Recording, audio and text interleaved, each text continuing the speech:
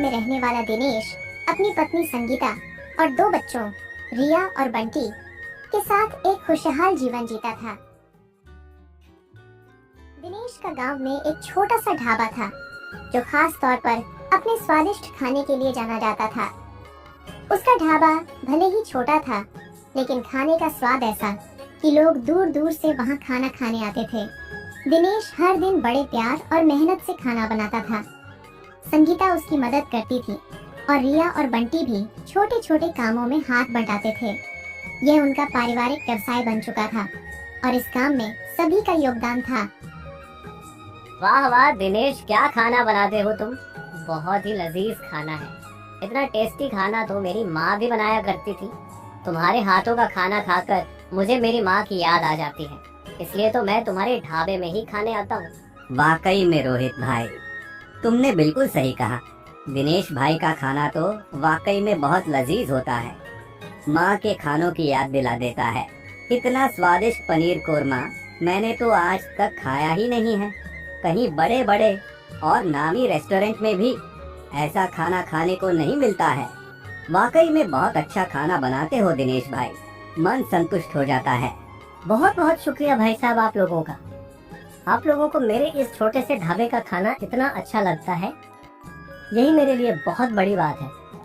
बस आप लोग मेरे ढाबे पर इसी तरह आया करो। उसके ढाबे में गांव के और आसपास के लोग खाने के लिए आया करते थे, लेकिन अब बारिश का मौसम आ गया था।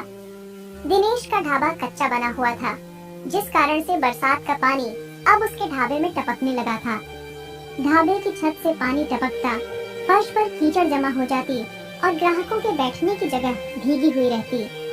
इस कारण से ग्राहक आने से कतराने लगे। दिनेश ने कई उपाय करने की कोशिश की, जैसे कि प्लास्टिक की चादरें ढाबे की छत पर बिछाना और फर्श पर ईंटें लगाना ताकि पानी का बहाव रोका जा सके, लेकिन ये उपाय केवल अस्थायी थे। धीरे धीरे ग्राहक आने कम हो गए, जिससे उसका धंधा मंदा पड़ गया। कम ग्राहक आने के कारण दिनेश बहुत चिंतित हो गया। उसकी आमदनी घटने लगी और परिवार की जरूरतें पूरी करना भी। ऊपर वाले पिछले 2 सप्ताहों से लगातार बारिश हो रही है।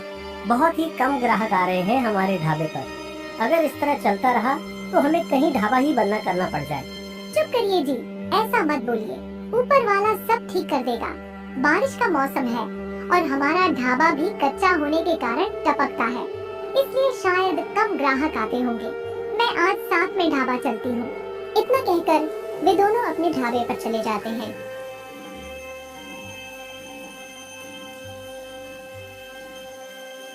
दिनेश और संगीता ने हमेशा की तरह ढाबे को साफ सुथरा किया। रसोई में ताजे मसालों की खुशबू फैल गई और दिनेश ने बड़े प्यार से अपने खास व्यंजन बनाना शुरू कर दिया। हर बार की तरह इस बार भी उन्होंने उम्मीद की कि ग्राहक आएंगे और उनका स्वादिष्ट खाना खाएंगे, लेकिन उस रोज बारिश इतनी तेज हो रही थी कि आसमान जैसे फट पड़ा हो। बारिश की मोटी मोटी बूंदें टीन की छत पर तेज आवाज के साथ गिर रही थीं, जिससे ऐसा लग रहा था जैसे कोई ढोल पीट रहा हो। लगता है आज भी ग्राहक नहीं आएंगे। सारा खाना फिर से गरीबों को देना होगा, नहीं तो सारा खाना बर्बाद हो जाएगा। हाँ जी, आप बिल्कुल सही कह रही हैं। खाना अगर गरीबों में नहीं बांटा तो वाकई में खराब हो जाएगा। चलो ऐसा करते हैं, खाना गरीबों को दे आते हैं, हमारा नहीं, किसी और का भला हो जाए। उस दिन भी वे दोनों खाना गरीबों में बांट देते हैं। इसी तरह कुछ दिन बीत जाता है। एक दिन गांव में बहुत तेज बारिश होती है और तेज हवाओं के साथ साथ बिजली भी चमकती है और बिजली उसके ढाबे में आंधी की वजह से पूरे ढाबे में आग लग जाती है। हे ईश्वर, ये क्या हो गया। मेरी तो पूरी रोजी रोटी ही छीन गई। मैं तो बर्बाद हो गया। मैं क्या करूं, मेरी भी कुछ समझ नहीं आ रहा है। जी, लेकिन आप ज्यादा चिंता मत कीजिए, नहीं तो आपकी रक्तचाप बढ़ जाएगी और आपकी तबीयत खराब हो जाएगी। दिन बदन दिन बारिश बढ़ती ही जा रही थी और दिनेश उसी बारिश में काम ढूंढने के लिए निकल जाता है।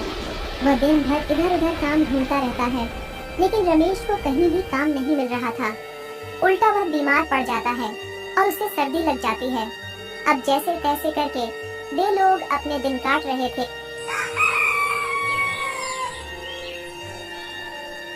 एक दिन की बात है, संगीता का मुंह बोला, भाई जमाल उसके घर आता है।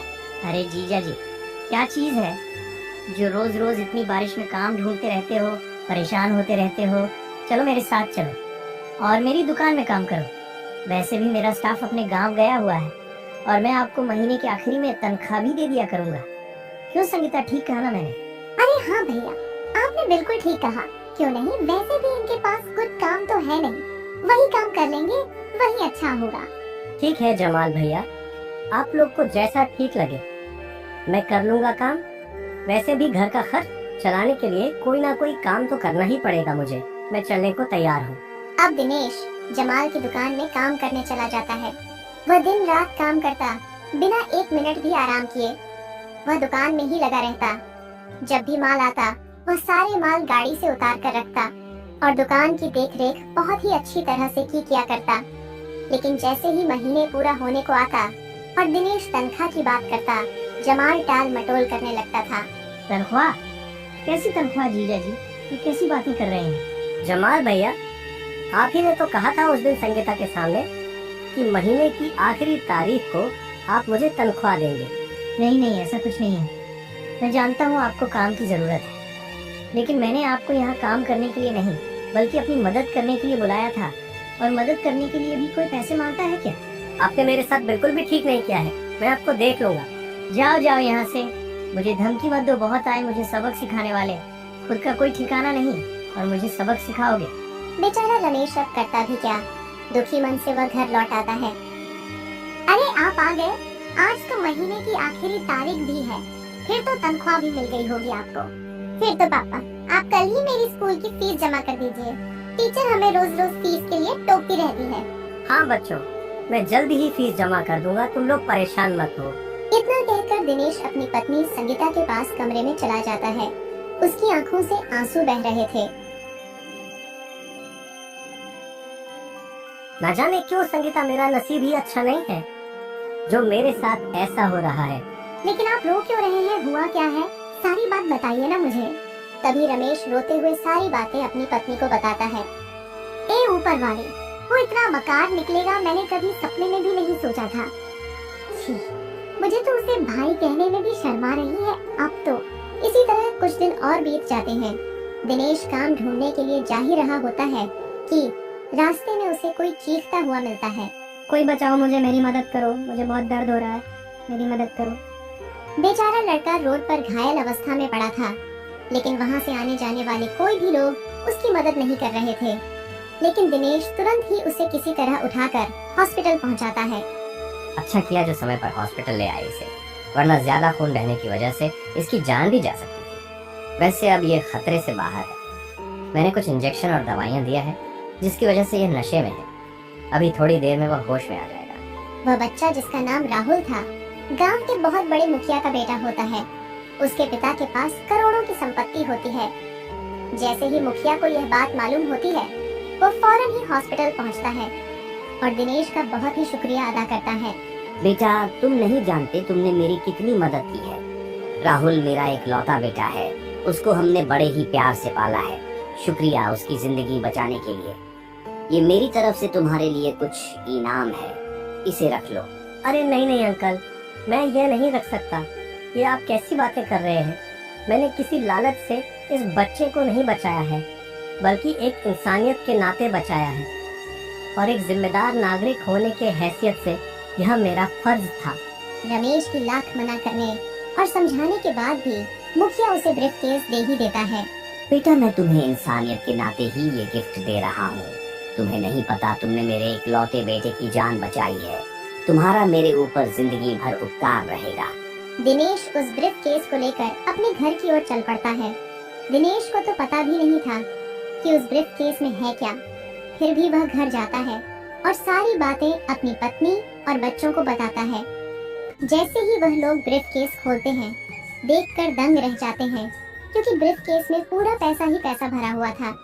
ये देख सभी लोग बहुत खुश हो जाते हैं।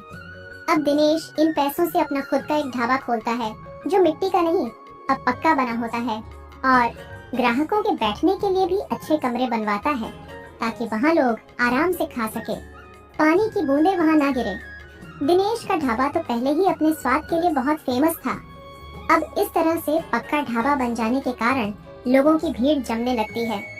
लोगों को वहाँ का खाना बहुत पसंद आता था। अब लोगों को बरसात के मौसम में भी वहाँ दिक्कत नहीं होती थी, क्योंकि अब वह पक्का था और पानी नहीं टपकता था। दिनेश के ढाबे में खाने के लिए अब तो लोग दूर दूर से आया करते थे। संगीता, देखो तो आज फिर नए ग्राहक आए हैं। लगता है हमारा खाना अब दूर दूर तक मशहूर होने लगा है। हाँ दिनेश, भगवान की दया से हमारी मेहनत रंग ला रही है। याद है जब शुरुआत में एक भी ग्राहक नहीं आता था? कैसे भूल सकता हूँ वो दिन जब हमें यह भी नहीं पता था कि अगले दिन के लिए सामान कैसे आएगा, लेकिन तुमने हमेशा मेरा साथ दिया। तभी एक ग्राहक आता है। भैया, वही स्पेशल आलू के पराठे और लस्सी देना। आपके ढाबे का स्वाद भूल ही नहीं पाता। अभी लाया साहब, जैसे घर का खाना हो वैसे ही प्यार से बनाऊंगा। भैया, आपको यहाँ का खाना पसंद आता है? पसंद? अरे दीदी, यहाँ का स्वाद तो दिल को छू जाता है। आपका व्यवहार भी इतना अच्छा है कि बार बार आने का मन करता है। दिनेश, अब हमारे बच्चे भी अच्छे स्कूल में पढ़ पा रहे हैं। ये सब तुम्हारी मेहनत का नतीजा है। नहीं संगीता, ये हमारी दोनों की मेहनत और ईमानदारी का फल है। अगर तुमने मेरा साथ न दिया होता तो शायद मैं ये सब नहीं कर पाता। अगर दिल से मेहनत करो और ईमानदारी से काम करो तो सफलता जरूर मिलती है। और हर ग्राहक को ऐसे सम्मान दो जैसे वो हमारे अपने परिवार का हिस्सा हो। अब दिनेश के ढाबे की पहचान सिर्फ उसके गांव तक ही सीमित नहीं रही। उसके स्वादिष्ट खाने और मेहमान नवाजी की चर्चा दूर दूर तक फैल चुकी थी। अब तो आसपास के शहरों और गांवों से भी लोग खास तौर पर दिनेश के ढाबे पर खाने के लिए आया करते थे। कोई उसके मसालेदार छोले भटूरे का दीवाना था, तो कोई उसके हाथों की बनी हुई स्वादिष्ट दाल। देखने के लिए चैनल को सब्सक्राइब कीजिए।